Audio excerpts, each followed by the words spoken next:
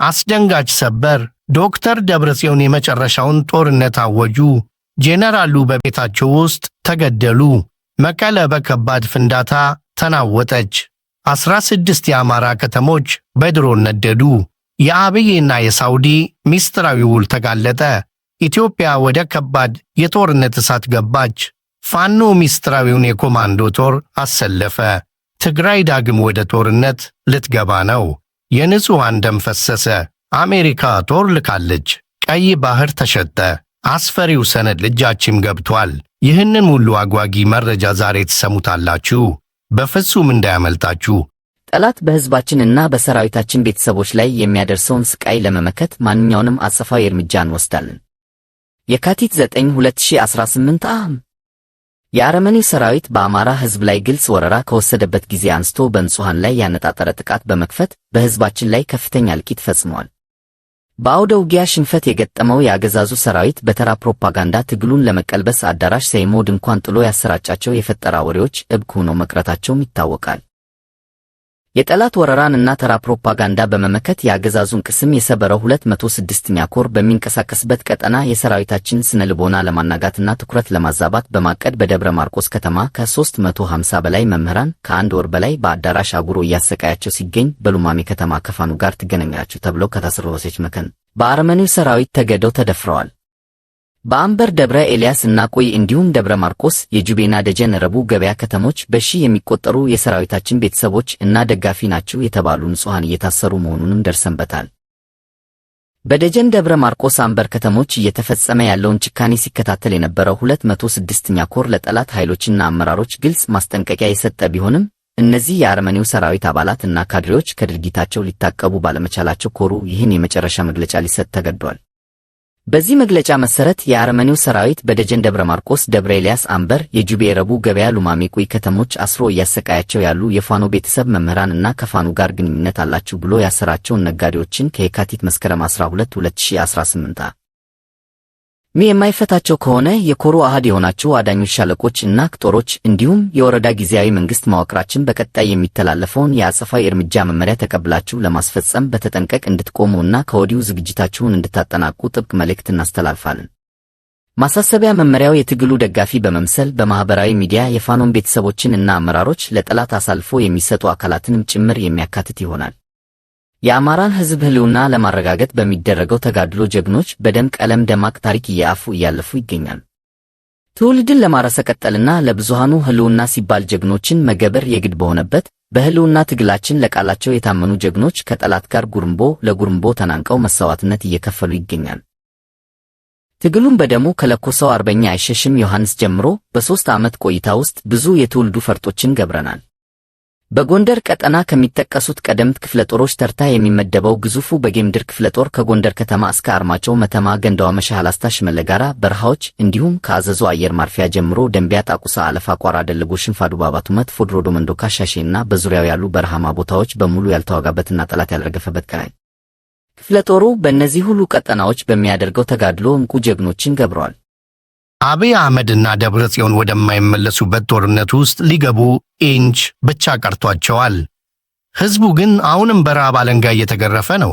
ደብረጽዮን ሰላም ከሌለ ጦርነት አማራጭ አይደለም ግዴታ ነው የሚል መንፈስ ያለው ንግግር አድርገዋል። የፌዴራል መንግስትስ ዝምታውን መርጧል። ግን በውስጥ ለውስጥ ምን እየተሰራ ነው? ጄኔራሎቹ ወደ ሰሜን እየተንቀሳቀሱ ነው።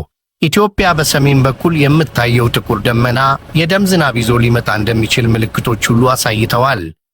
አሁን ደግሞ ወደ አማራ ክልል እንለፍ።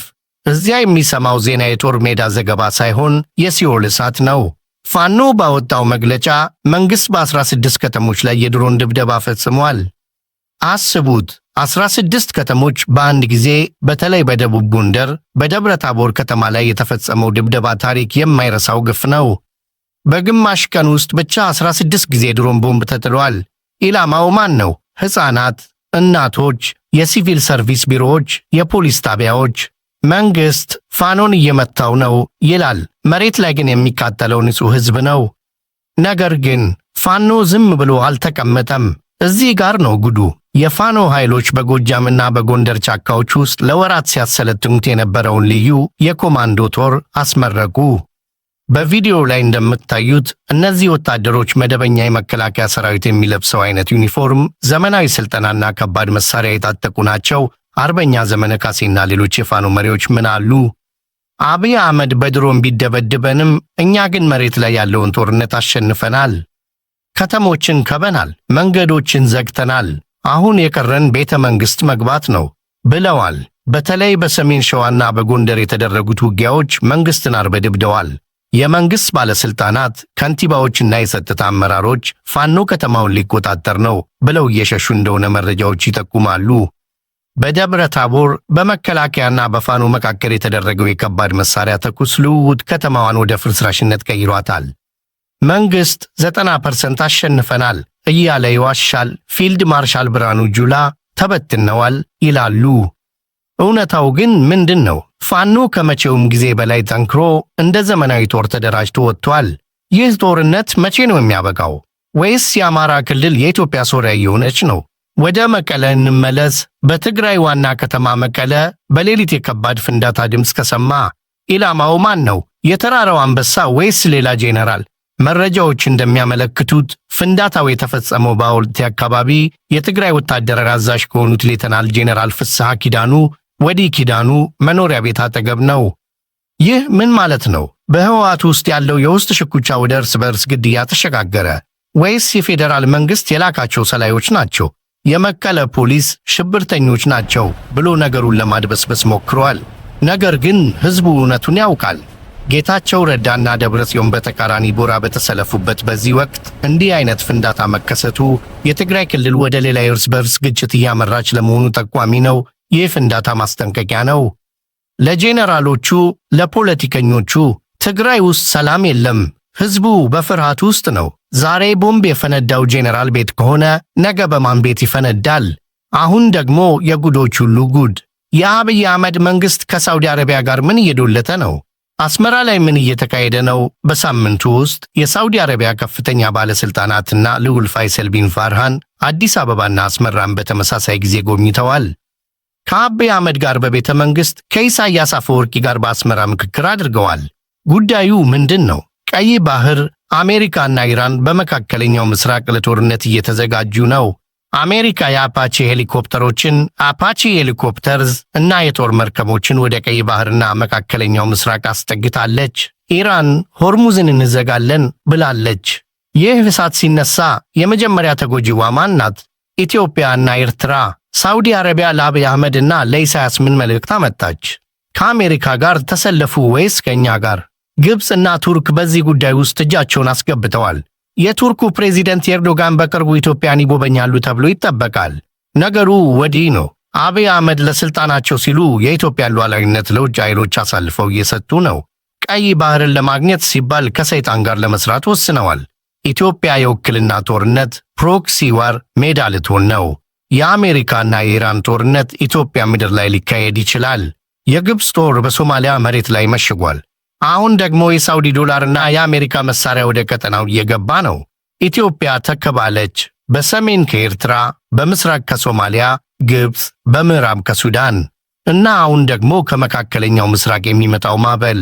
የተከበራችሁ የማርኮን ሚዲያ ቤተሰቦች ዛሬ የነገርናችሁ መረጃ የልብ ምት የሚጨምር ነው። ሀገራችን ኢትዮጵያ በታሪኳ አይታው በማታውቀው አደገኛና ወሳኝ ምዕራፍ ላይ ትገኛለች። በሰሜን ትግራይ ወደ ጦርነት ለመግባት ፊሽካ እየጠበቀች ነው። ደብረ ጽዮን አንበረከክም ብለዋል። በአማራ የድሮን እልቂቱ ቀጥሏል። ፋኖ ግን እየጠነከረ ኮማንዶ እያስመረቀ ነው። በመቀለ የውስጥ ግድያና ፍንዳታ ተጀምሯል። በውጭ ቀይ ባህር እየፈላ ነው። የሳውዲና የአሜሪካ እጅ ገብቷል። ይህ ሁሉ ሲሆን እኛ ምን ማድረግ አለብን? ዝም ብለን እጃችንን አጣጥፈን እንቀመጥ? በፍጹም። መረጃ ኃይል ነው።